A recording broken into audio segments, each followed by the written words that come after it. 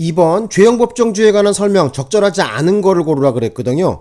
이 문제는 지난 2023년도 특공대 문제거든요. 경찰 특공대 형법인데요. 이 문제를 풀기 전에 일단 죄형법정주의라는 걸 어느 정도 여러분이 아셔야 돼요. 많이는 들어봤는데 막상 그죠?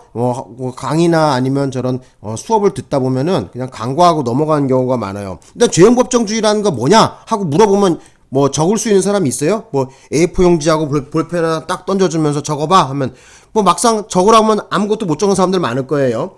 일단 여러분한테 설명드리고 싶은 것은 뭐냐면은 기본 정의를 똑바로 알고 있으면은 아무리 처음 보는 문제나 처음 보는 판례가 나와도 크게 당황하지 않는다는 거예요. 그 원칙대로 풀면 큰 문제가 되지 않겠죠. 그래서 일단 죄형법정주의라는 건 뭐냐면은 어떤 행위가 범죄로 되고 또 그 범죄에 대하여 어떤 종류의 형벌, 그죠? 이런 것을 과할 것인가, 이것은 사전에 미리 성문법전의 법률로 규정해놓으라. 이것을 죄형법정주의라 그래요. 그래서 모르시는 분 여기다가 적어 놓으실래요? 그냥 이렇게 적어 놓아 보세요.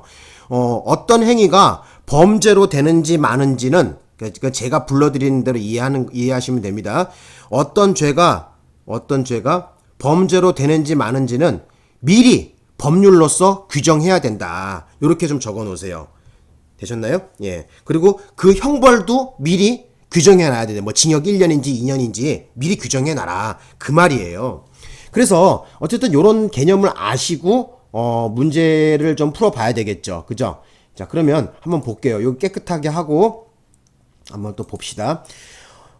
답은 몇 번이냐면 3번이 답이거든요. 3번이. 자, 3번부터 먼저 보시고 그 다음에 또 볼게요. 약국 개설자가 아니면 의약품을 판매하거나 판매 목적으로 취득할 수 없다라고 규정한 구약사법 44조 제1항의 판매에 무상으로 의약품을 양도하는, 자, 수여, 동그라미 하십시오. 수여를 포함시키는 해석은 죄형법정주의에 위배된다 그랬는데, 자, 위배되지 않습니다. X. 자, 틀렸다.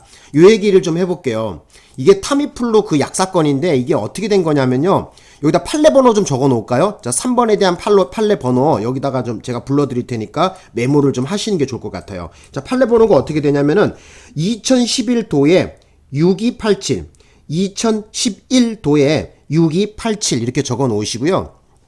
이게 어떻게 된 거냐면은 그 옛날 구약사법 44조 1항에 가면은 어떻게 됐냐면 여기서 판매란 수여를 포함 이렇게 적어놨어요. 괄호 쳐놓고 수여도 포함 이렇게 적어놨어요. 그 법조문에 가보니까. 그래서 이 당시에 입법자는 어떻게 생각했냐면은 이 약이라는 것은 그 약사 또는 한약사가 그 그러니까 뭐라 그러죠?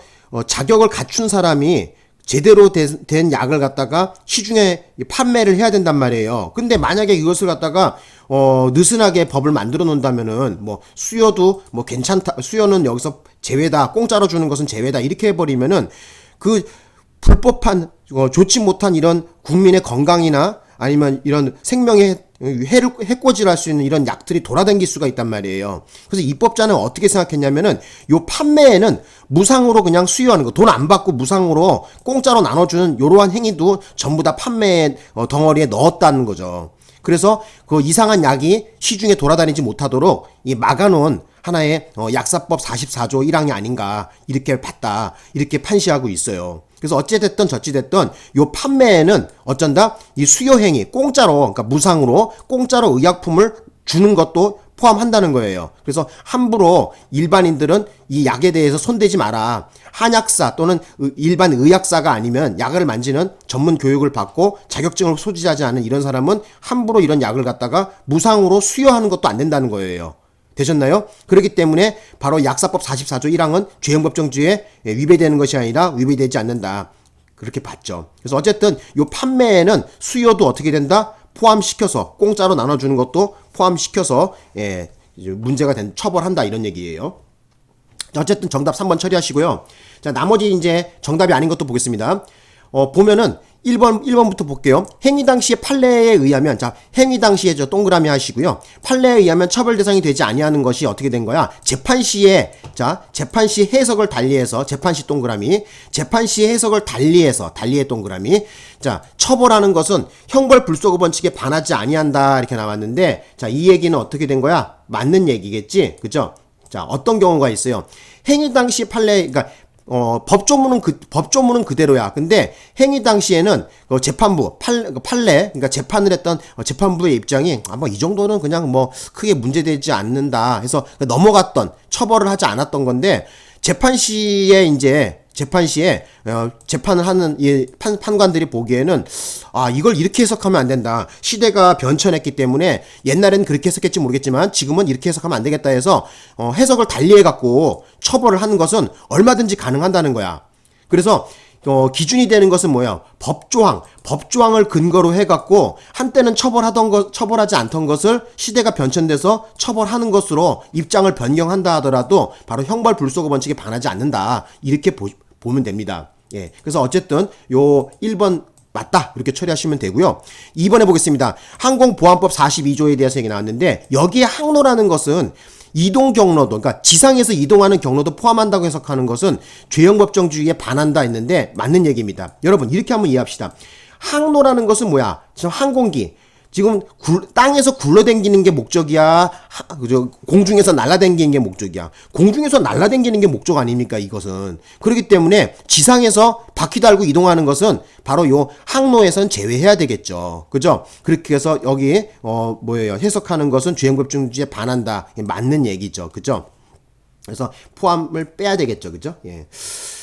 자, 그 다음에 또 4번을 볼까요? 4번. 자, 헌법재판소 얘기가 나왔는데요. 헌법재판소에서 위헌 결정이 나오게 되면은 그 법조항은 더 이상 효력이 없습니다. 그래서 여기 쭉 나와 있는데, 그래서 상실한 경우에는 어떻게 된다? 법원은 무죄를 선고해야 됩니다. 요게 핵심 키워드죠. 그래서 여러분이 아셔야 되는 것은 뭐냐면 어찌됐든 저찌됐든 헌법재판소에 의하여 위헌 결정이 나면은 그 사법부는 어떤 판결을 내야 된다? 무죄 판결을 선고해야 됩니다. 예, 이렇게 정리하시면 되겠죠.